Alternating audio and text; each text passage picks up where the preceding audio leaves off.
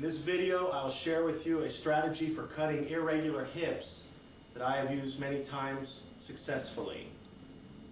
This is the roof I'll cut for the video. Outside wall to outside wall is 4 feet. This wall here is clipped in 1 foot that direction and 18 inches this direction. The roof is a 5 and 12. The common rafters are 2x4s. The hips are 4x4s. The ridge is a 2x6.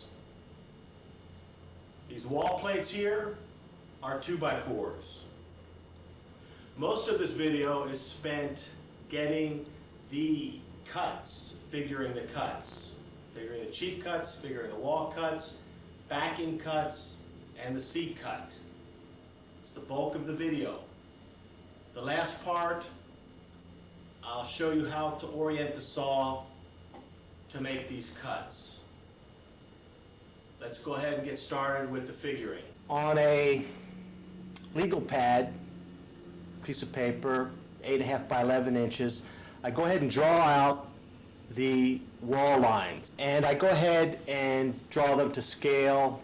I really don't have to, but at this point, but I do it because it helps me visualize the way the roof is going to look. I go ahead and, after I draw the wall lines, go ahead and center the ridge, and I want to find the end of this ridge here, where it's going to end, and I know this ridge is going to end 24 inches back from this wall. The reason I know that is I want to have a common coming off of this wall that's 5 and 12 that matches this roof over here. The span of this roof is 4 feet, so the run of the common rafters is 24 inches. So I know to come back this way 24 inches, and that's the end of the ridge. Once I determine the end of the ridge, I go ahead and connect the outside of these apexes of these walls here back up to the ridge, and these are the center lines of my hips. I only have to figure out these 2 hips because these other 2 hips are mirror images, and I'm only going to cut these 2. I'm going to label this hip number 2. I'm going to label this one hip number 1. I know this wall length is 2 feet because I've clipped 1 foot off each end, and it was a 4-foot span. I'm left with 2 foot. I'm breaking it right in the center because this common rafter here is right in line with the ridge, so it leaves 12 inches on either side. So I'm going to start with this right triangle and find the run of hip number 2. To do that, I'll use the Pythagorean theorem, which states z equals the square root of x squared plus y squared. In this right triangle, the run of hip number 2 is z. That equals the square root of 12 squared plus 24 squared.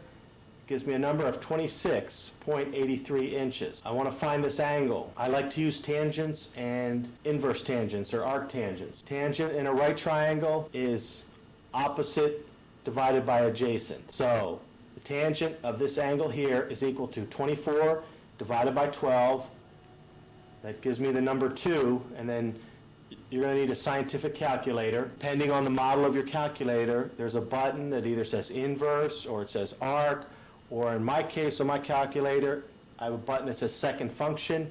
I push that button, and then I push the tangent button.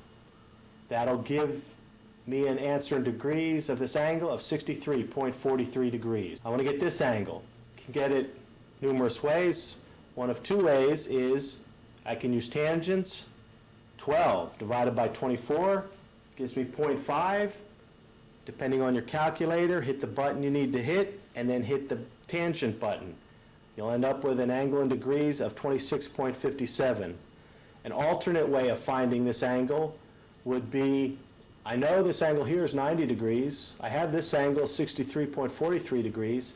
I can add those 2 angles together and subtract that result from 180 degrees. That will give me 26.57 degrees. The 3 inside angles of a triangle add up to 180 degrees. I'm going to move up to this right triangle. formed by the continuation of this wall and the continuation of that wall and this actual wall. First, I'll find this wall length using the Pythagorean theorem. The square root of 12 squared plus 18 squared equals a wall length of 21.63 inches. I want to find this angle here. I'll use tangents. Opposite, 18, divided by 12 gives me a number of 1.5.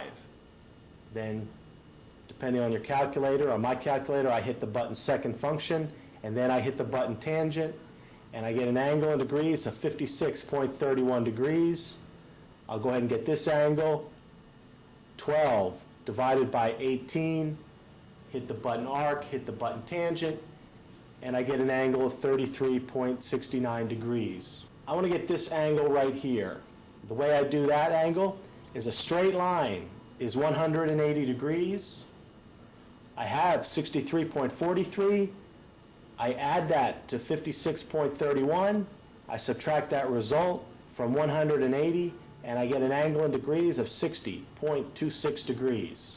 I'm going to move over to this right triangle. First, I'm going to get the run for hip number 1. I'll use the Pythagorean theorem. The square root of 6 squared plus 24 squared equals 24.74 inches.